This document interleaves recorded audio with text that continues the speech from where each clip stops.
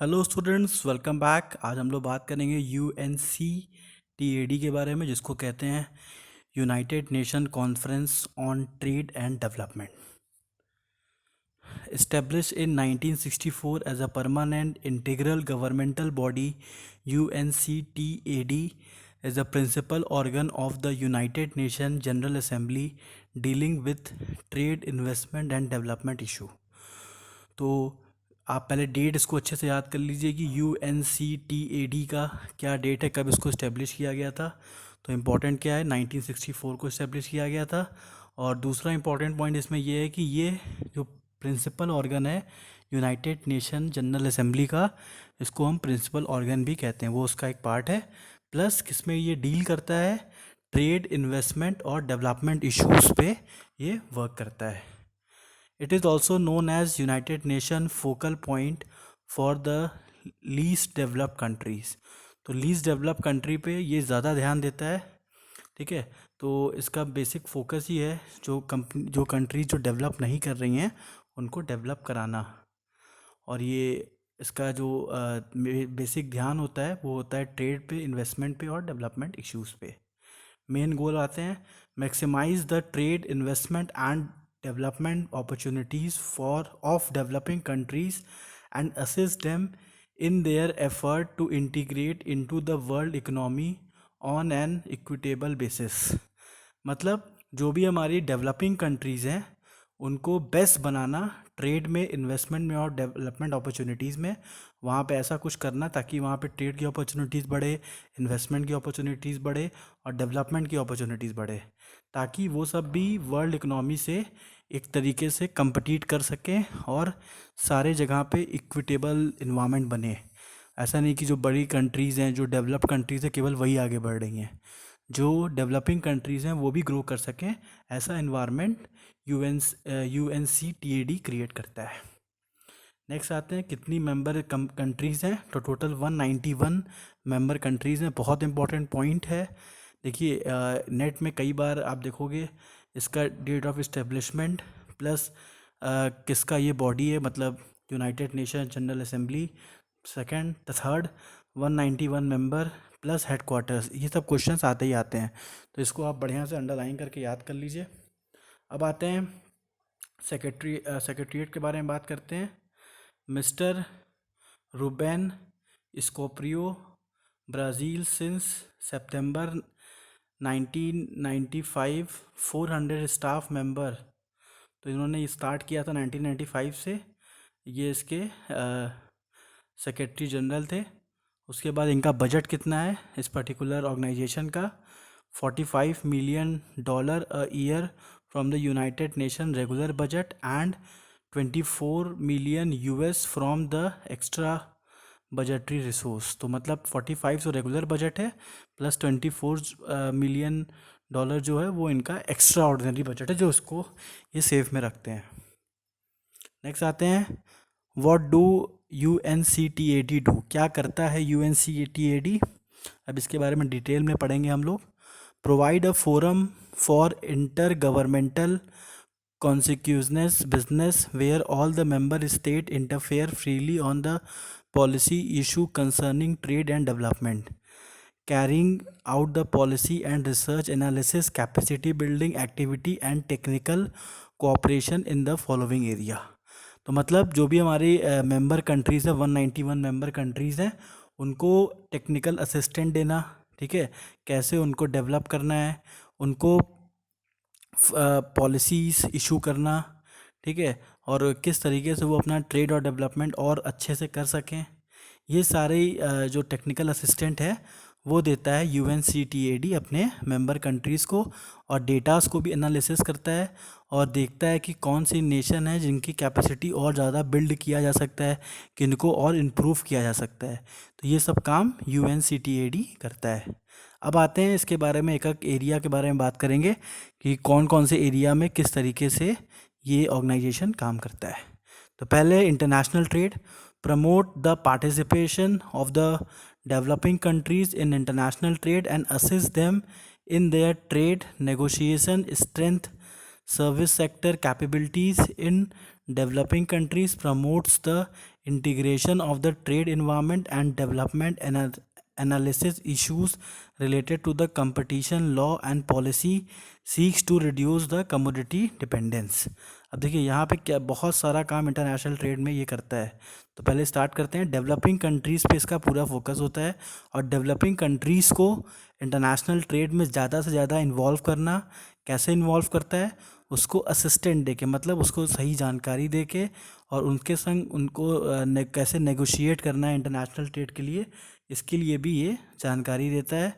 साथ ही साथ जो सर्विस सेक्टर है उसकी कैपेसिटी बढ़ाने की कोशिश करता है, क्योंकि सर्विस सेक्टर में बहुत सारे लोग एम्प्लॉयड होते हैं, तो उनको भी डेवलपिंग कंट्रीज़ में ग्रो कराने का भी काम UNCTAD करता है.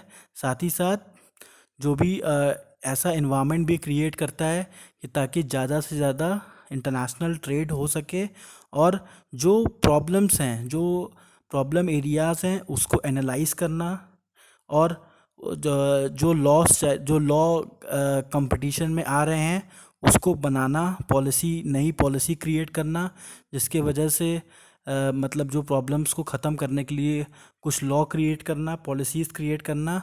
और जो भी कंट्री किसी कंट्री के ऊपर डिपेंडेंट है, ठीक है, अगर वो कंट्री उसको गुड सप्लाई नहीं करेगी तो वो कंट्री की हालत ख़राब हो जाएगी. तो ये सब चीज़ें, डिपेंडेंसी भी कम करना, ताकि सारी कंट्री जो आत्मनिर्भर हो जाएं और सही तरीके से, स्ट्रॉन्ग तरीके से वर्क करें. तो इस तरीके का विज़न है UNCTAD का इंटरनेशनल ट्रेड को लेके. नेक्स्ट आते हैं investment, enterprise development and technology. Analyze the trend in the foreign direct investment and their impact on the development. Help the countries to promote international investment and understand the issues involved in the international investment agreement. Devises strategies from the development of the small and the medium sized enterprise. Identify the policies optimum and implement capacity building program to encourage the uses of new technologies. तो यहाँ पे technology का use करके development करने की बात करते हैं ये ऑर्गेनाइजेशन. और डेवलपमेंट को ग्राउंड लेवल पे ये ऑर्गेनाइजेशन ने वर्क किया है. ग्राउंड लेवल पे मतलब जितने भी स्मॉल और मीडियम इस साइज़ इंटरप्राइज हैं, पहले उनको ग्रो कराने की कोशिश किया. मतलब आप समझते हो डेवलपिंग कंट्रीज़ में आपको स्मॉल और मीडियम इंटरप्राइज ही मिलेंगे, ठीक है. तो फ़ायदा क्या होता है इनको ग्रो कराने का? फ़ायदा ये होता है कि अगर स्मॉल और मीडियम इंटरप्राइज ग्रो करते हैं तो ये अपॉर्चुनिटीज़, एम्प्लॉयमेंट अपॉर्चुनिटीज़ क्रिएट करते हैं, जिससे एक तरीके से इकोनॉमी में सुधार आता है और ट्रेड भी बढ़ता है, ठीक है. तो टेक्नोलॉजी को एडवांस करना और मीडियम साइज़ और स्मॉल साइज़ इंटरप्राइज को डेवलप करना और एक नई पॉलिसी बनाना, ताकि ये सब इतने स्ट्रांगली अपने प्रोडक्ट्स को, अपने सर्विसेज को मार्केट में लेके आएँ, ताकि इनको एक पॉजिटिव फीडबैक मिले, ठीक है, पॉजिटिव रिस्पांस मिले, पॉजिटिव प्रॉफिट मिले. तो ये सब चीज़ें ध्यान देता है ये ऑर्गेनाइजेशन डेवलपिंग कंट्रीज़ के लिए. नेक्स्ट आते हैं globalisation and development. Researchers the broad trend and prospects in the world economy, prospers effective solutions to debt problem of developing countries and to management of external debt. Examine the successful development experience, contribution to implementation of United Nations new agenda for the development of Africa in 1990. तो देखिए सबसे बड़ी problem developing countries के संग होता क्या है? उनके डेप्ट्स. तो डेप्ट्स को मैनेज करना, किस तरीके से इंटरनल डेप्ट्स को और एक्सटर्नल डेप्ट्स को मैनेज करना है, ठीक है, और किस तरीके से उससे बाहर आना है, ठीक है, क्योंकि कंट्रीज़ के ऊपर बहुत सारे उधार हो जाते हैं. फिर अब कंट्रीज़ की स्थिति क्या हो जाती है? उनको इंटरेस्ट पे करने के लिए उधार लेना पड़ता है, ठीक है. जो ये डेप्ट ट्रैप में जो वो फंस जाती हैं कंट्रीज़, उनको भी ये हेल्प करते हैं, असिस्ट करते हैं और उनको वहाँ से निकालते हैं. तो इनका बहुत अच्छा काम अगर देखा गया है, ये अफ्रीका में देखा गया है. तो अफ्रीका को इन्होंने बहुत ज़्यादा हेल्प किया है 1990 में इन सब चीज़ों से बाहर निकालने के लिए. और तो ये इनका एजेंडा रहा है 1990 में, United nation new agenda for the development of Africa. तो अफ्रीका में जो डेप्थ की प्रॉब्लम है या फिर जो भी इकोनॉमी बहुत डाउन चल रही है, उसके लिए इन्होंने 1990 में बहुत सारा वर्क किया हुआ है. नेक्स्ट आते हैं service infrastructure, transport and trade efficiency and the human resource development. Facilitates trade through the better use of information technology in the trade, supporting service, carrying out capacity building and trading in these areas. Analyze the opportunities developing countries could drive from the e commerce and E business practices. तो किस तरीके से service industry का infrastructure develop करना है और जो भी ट्रांसपोर्टेशन है, जो भी ह्यूमन रिसोर्स है, उसको डेवलप करने का भी काम ये ऑर्गेनाइजेशन करती है। क्योंकि देखिए, टेक्नोलॉजी अगर डेवलप होगी तो उससे सर्विसेज डेवलप होंगी, और सर्विसेज में सबसे ज़्यादा लोग एम्प्लॉयड होते हैं। तो उनकी कैपेसिटी को बिल्ड करना वो कैसे होगा, जब वो सही तरीके से उनको ट्रेनिंग दिया जाएगा, और उनकी अपॉर्चुनिटी को एनालाइज करना, उनको ई बिज़नेस सिखाना, ई कॉमर्स के थ्रू बिज़नेस करना सिखाना, ये सारा कुछ गाइडेंस ये ऑर्गेनाइजेशन करता है, ताकि एक बार में जो सर्विस सेक्टर है वो अच्छे से बूस्ट कर जाए, और जो डेवलपिंग कंट्रीज़ के प्रॉब्लम्स हैं वो ख़त्म हो जाएं, और वो बढ़िया से डेवलप कर सके। नेक्स्ट आते हैं, lease development land locked and island developing countries, monitoring the implementation of United Nations program of action for the least developing countries, analysis the effect of the major international initiative on the LDC, and assist them in understanding the key issue in the multilateral trade negotiation। जो ऐसी countries जो least development की स्थिति में, जिनका development बहुत कम हो रहा है, तो इन्होंने उसको नाम दिया लीज LDC। ठीक है, तो LDC पे ये बहुत ज़्यादा वर्क करते हैं, और उनको मतलब एक की इश्यूज़ के बारे, मतलब कि ऐसे पॉइंट्स सिखाते हैं, इस तरीके से उनके ह्यूमन रिसोर्स को ट्रेनिंग देते हैं ताकि वो अपने आप को डेवलप कर सकें। तो यही इनका फोकस डेवलपिंग और लीस्ट डेवलपिंग कंट्रीज़ पे ही होता है। UNCTAD has plays a leading role in the organization that the three United Nations Conference on the least development countries, Paris 1981 and 1990, Brussels 2001, all activities taken into the account the issue of the sustainable development, gender and economic cooperation among the developing countries. तो developing countries में development का तो ध्यान देते ही देते हैं, लेकिन sustainable development पे ज़्यादा फोकस होता है, कि ऐसा नहीं कि डेवलपिंग कंट्रीज़ के रिसोर्सेज को एक्सप्लॉइट कर दिया जाए और डेवलप कर दिया जाए, ऐसा कुछ नहीं है।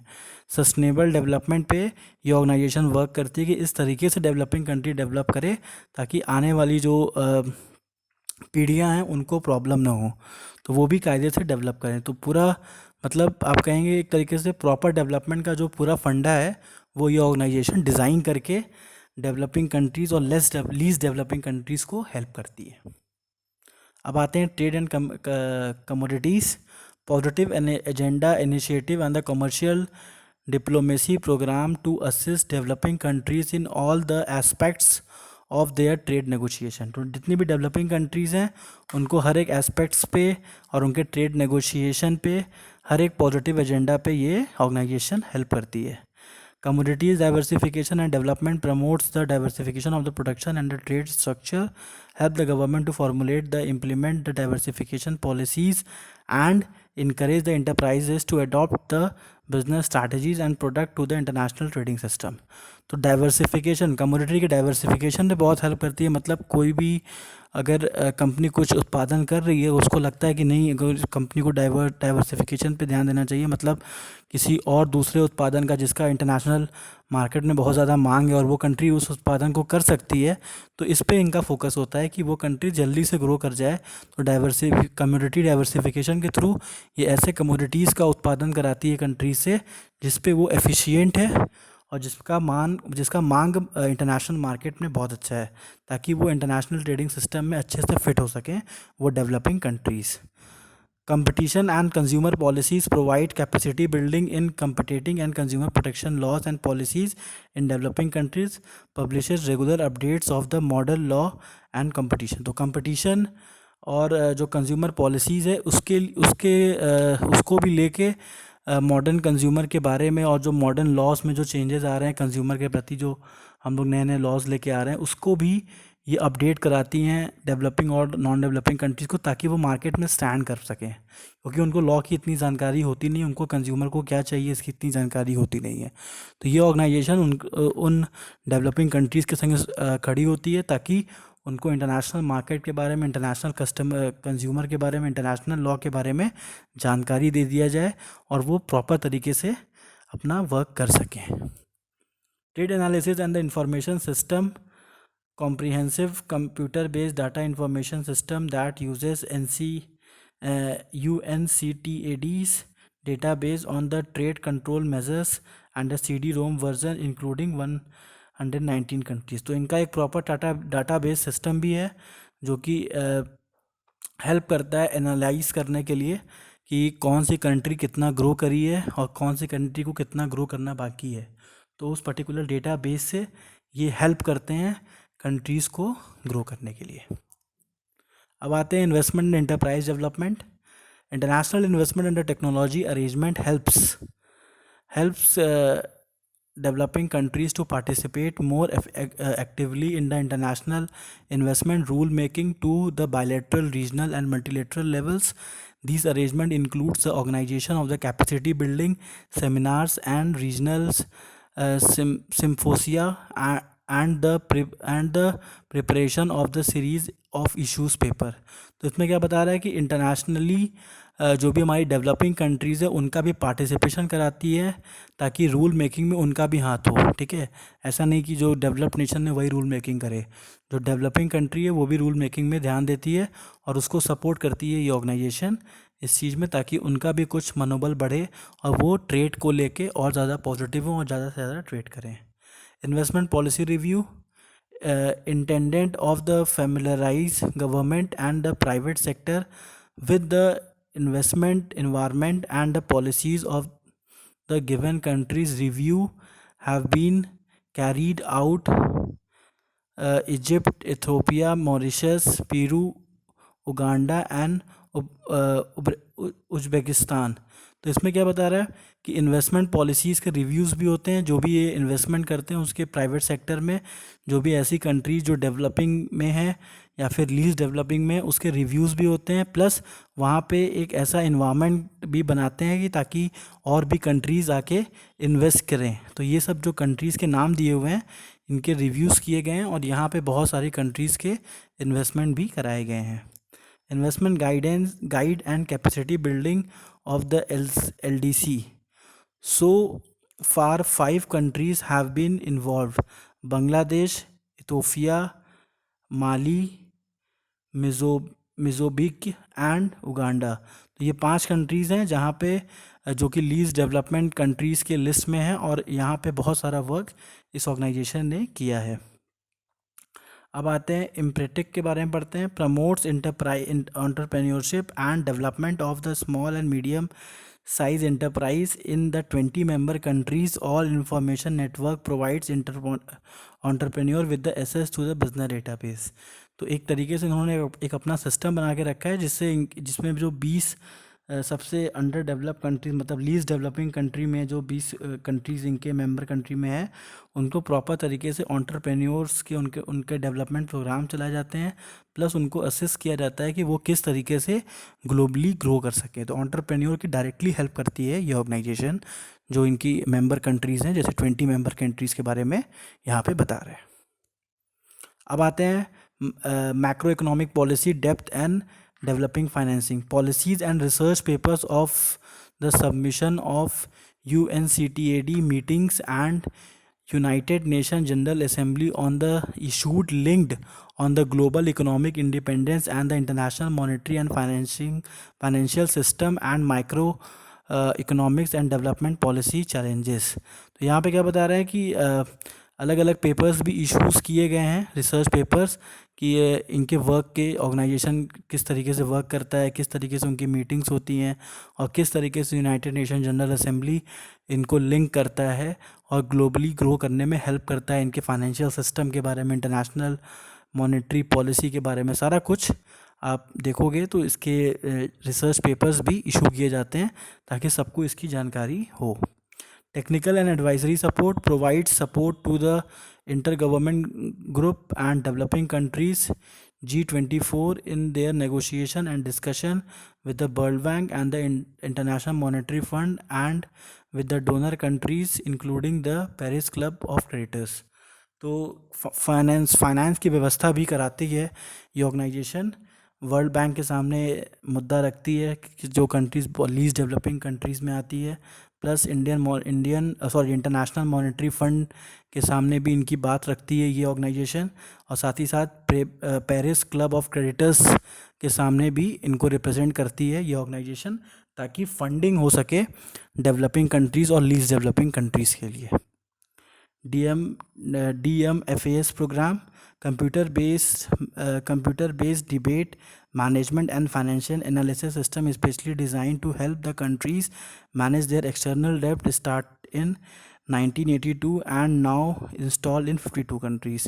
तो DMFAS प्रोग्राम के थ्रू ये कंप्यूटर बेस्ड प्रोग्राम है जो कि अलग अलग कंट्रीज़ को हेल्प करता है कि वो अपने एक्सटर्नल डेब्ट्स को किस तरीके से मैनेज करें। तो इन्होंने एक ये प्रोग्राम बना के रखा हुआ है जो कि इसको हम लोग कंप्यूटर बेस्ड प्रोग्राम कहते हैं, और ये 1982 से इन्होंने स्टार्ट किया है और अभी तक 52 कंट्रीज़ में इसको इंस्टॉल किया, और इसका बहुत ज़्यादा फ़ायदा भी कंट्रीज़ को मिलता है। अब आते हैं transport, custom and information technology. ASYCUDA program integrated custom system and speed up the custom clearance procedures and help the governance to reform and modernize the custom procedure and management. The latest version also facilitate the introduction of e-business practices installed in over 80 countries. It has become the internationally accepted standard for the custom automation। तो custom आप जानते ही हो, अगर goods import export हो रहा है तो custom से होके गुजरना पड़ता है गुड्स को। तो उस कंडीशन पे इस सिस्टम को बहुत ज़्यादा स्ट्रॉन्ग किया गया है और टेक्नोलॉजी का यूज़ करके उसको बहुत ज़्यादा फास्ट किया गया है, और इनके खुद के सॉफ्टवेयर 80 कंट्रीज़ में इंस्टॉल किए गए हैं ताकि कस्टम में गुड्स को टाइम ना लगे और वो जो एक्सपोर्टर इम्पोर्टर्स हैं वो परेशान ना हो गुड्स को लेके, और ज़्यादा से ज़्यादा ट्रेड हो सके। तो इन्होंने कस्टम के जो प्रॉब्लम्स थे, जो बहुत ज़्यादा टाइम टेकिंग प्रोसेस था, उसको भी मिनिमाइज़ कर दिया है। ACIS program, computer based cargo tracking system installed in 20 developing countries of Africa and Asia.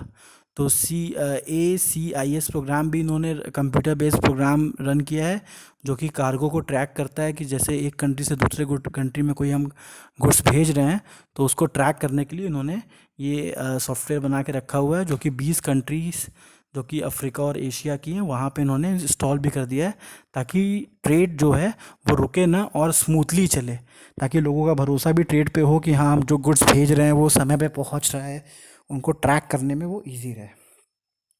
Global trade point network, 150 centres around the world provide traders with the trade related information and services and assist in the introduction of E business practices. तो एक इन्होंने trade point network भी बना के रखा है जिसको हम लोग बोलते हैं ग्लोबल ट्रेड पॉइंट नेटवर्क, जिसमें 150 सेंटर्स हैं पूरे वर्ल्ड में, जो इनका जिनका वर्क ही है कि वो एक तरीके के सर्विस प्रोवाइड करते हैं, असेस करते हैं ई बिज़नेस प्रैक्टिसेस को। तो जो भी कंट्री ई बिज़नेस प्रैक्टिसेस में आ रही है उनको सही तरीके से असेस करने का काम है, जो कि 150 सेंटर्स के थ्रू पूरे वर्ल्ड में इनके द्वारा किया जाता है। उसके बाद आते हैं train for trade program, builds training network and organise training in all the areas of the international trade to enable the developing countries to increase their competitiveness, currently developing distance learning program focusing on the LDC। तो train for trade programme क्या है, यहाँ पे जो भी हमारे entrepreneurs हैं जो भी डेवलपिंग कंट्रीज़ में रहते हैं उनको इंटरनेशनल ट्रेड के लिए डेवलप करते हैं, और उनको डिस्टेंस लर्निंग प्रोग्राम के थ्रू सिखाया जाता है कि किस तरीके से वो ज़्यादा से ज़्यादा इंटरनेशनल ट्रेड कर सकते हैं और अपनी कंट्री को और अपने आप को डेवलप कर सकते हैं। थैंक यू स्टूडेंट, प्लीज़ हमारे चैनल को सब्सक्राइब करिए और शेयर करिए। Thank you.